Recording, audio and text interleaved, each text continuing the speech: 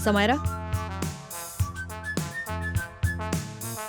हम तो सोचले रहनी कि हम ही लेट बानी, पर यहाँ तो तहार मिस्टर लेट नहीं के दिखाई देते। मामू आवते हुई। जस्ट कॉल ना।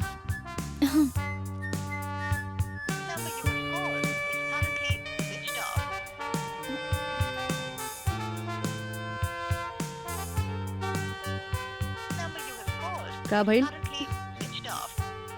स्विच ऑफ आवता।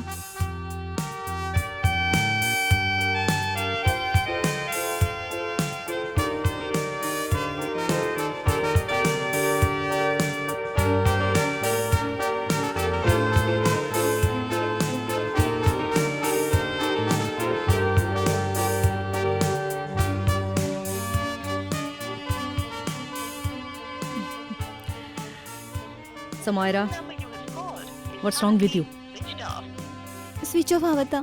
सब तैयारी हो चुकल बा, अब इन लोगन के का जवाब दी?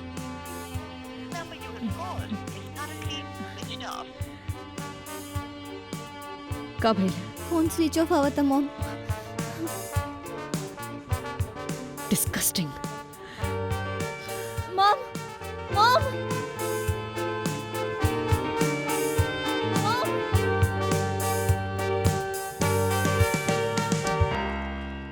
Mom listen mom please.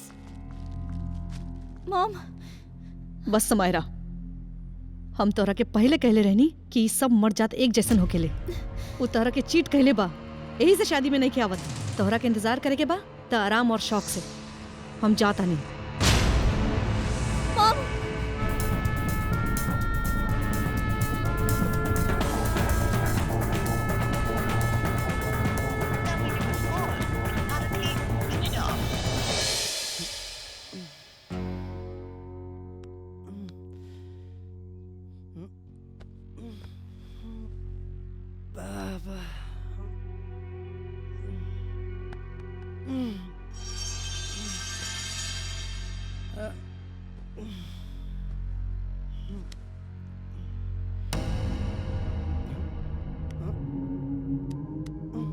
Switch off.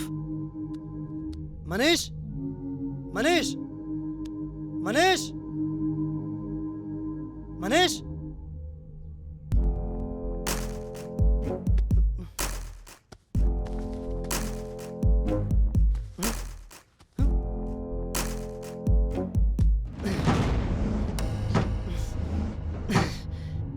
ई ना सुधरी, ई ना सुधरी।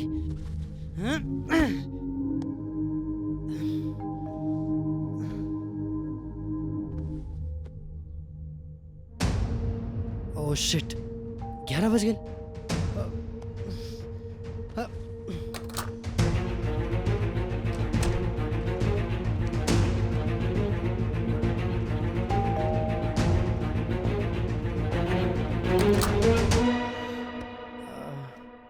Hi darling. अब मोनिका, तू यहाँ?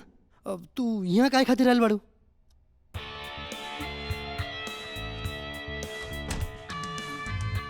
काहे ऐसे का मतलब? हम तरह से प्यार करेली ना। अब मस्ती मत करा। अब देखा 9 बजे हमारा ऑलरेडी समायरा के साथ शादी रहे। 11 बज चुकल बा, हम ऑलरेडी लेट बानी। हम की रेडी होके के बाद तू तू तू तू जा यहाँ से जा। ठीक है आदित्य, तो हर खुशी में ही हमार खुशी रहेला। तू रेडी हो जा, तब तक हम अपना लिए कॉफी बनात बानी, ठीक है? और बाद में तू हमरा के कहीं छोड़ दिया। ठीक बात, तो फटाफट कॉफी बना ला, हम रेडी होके आवता नहीं।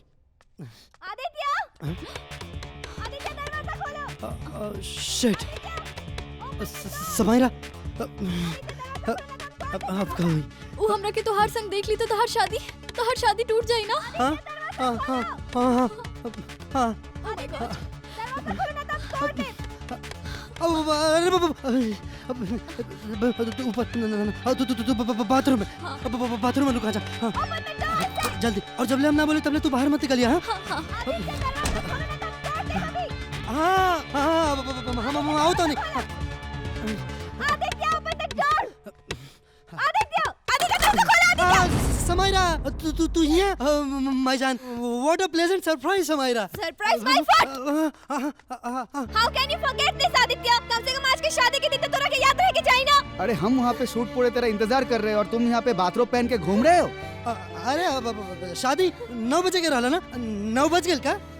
नो ना, अब हम तो 12 बजाए। मारो सब, अरे, दो चार और मारो, मेरी तरफ से भी मारो। हमारी बात तो सुना। अरे समारा हमारी बात तो सुना। अब हमारे को मजबूरी रहे से हम टाइम पे ना पहुंच पाई नहीं है। मजबूरी? अरे वही शादी से बढ़ के और क्या मजबूरी हो सकती है? आदित्य डार्लिंग, तू अब तक रेडी ना भइला?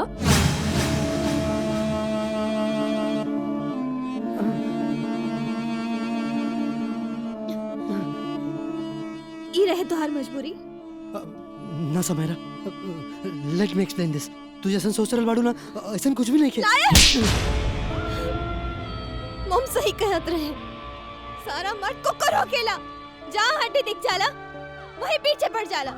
लेकिन समारा हम तो नॉनवेज भी ना खा ली, तो फिर हड्डी के पीछे काहे भागब? तू हड्डी क्या, पूरा का पूरा इंसान ही खा सकता है। अरे यार हम सच बोल रहल बानी। अब तो हम लोग हम कैसे बताई कि हम कहाँ फंस गए रानी? और एक तो हमारा फोन भी स्विच ऑफ हो गए रहे, यही से अलार्म ना बजल और हमारी नींद ना खुलल यार। तो ये तुझे नींद से जगाने आई थी क्या? अब ना ना, अरे इतना कॉफी पी खातिर रहल रहे, है ना? मैं जानता हूँ तू आज तक बहुत सी लड़कियों को कॉफी पिलाया है, पर पता नहीं था तू अपनी भाभी को भी कॉफी पिला देगा।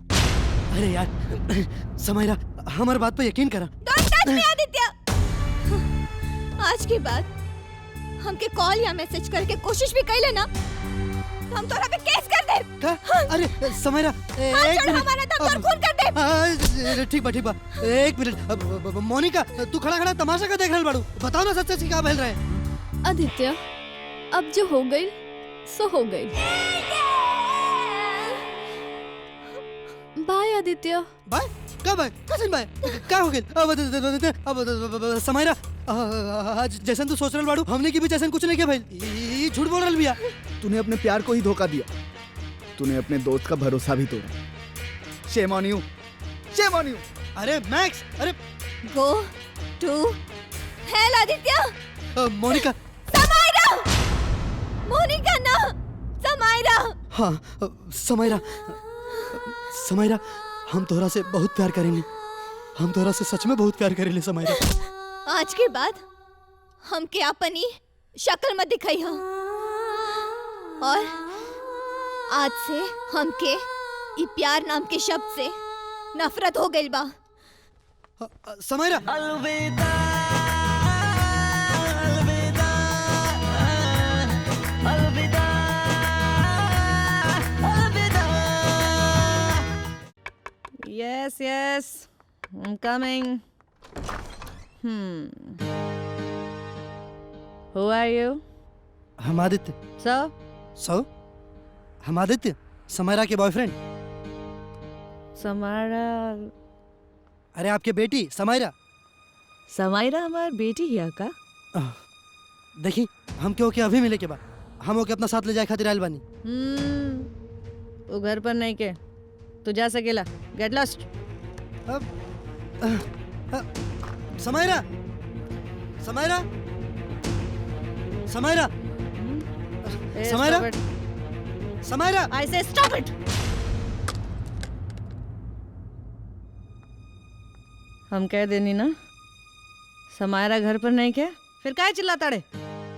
अगर तू ओकरा से बहुत प्यार कैले रहती ना, त तू शादी के दिन काहे ना आइले? अब काहे आइल बाड़े? यह बतावे खातिर तो हम आयल बानी आंटी। दरअसल शादी में वो दिन तोहरा के समझ में नहीं आवत। You are not made for each other.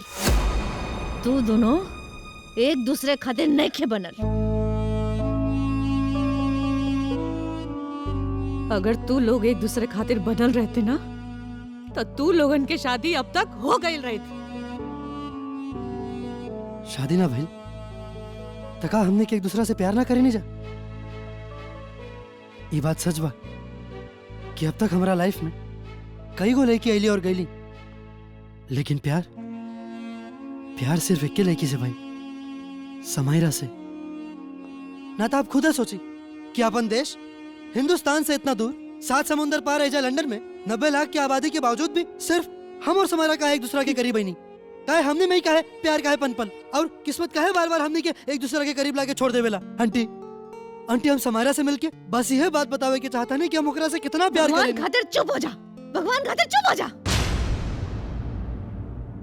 हम दुनिया बहुत देख ले पानी। ये प्यार व्यार कुछ ना होला, सब धोखा बा। हम भी प्यार कैले रहनी तगा भाई,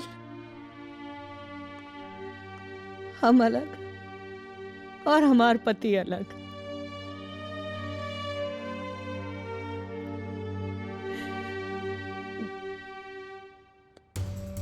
हम पहला बार केकरो सामने हाथ जोड़ता, हम पहला बार केहू के सामने सर झुकावतानी। अगर सच में तू समायरा से प्यार करत रहेले त तारा के समायरा की कसम ओकरा के भूल जा। वो तारा के बुलावे खातिर और इस सदमा से बाहर निकले खातिर लंदन से पेरिस चल गईली। हम तोरा से भी कहतानी कि तू भी ओकरा के भूल जा। अरे अपन नई जिंदगी की शुरुआत करा, भूल जा ओकरा के, ओकर पीछा मत कर बेटा। तू हमरा से वादा करा कि तू ओकरा के भूल जाइबा, वादा करा।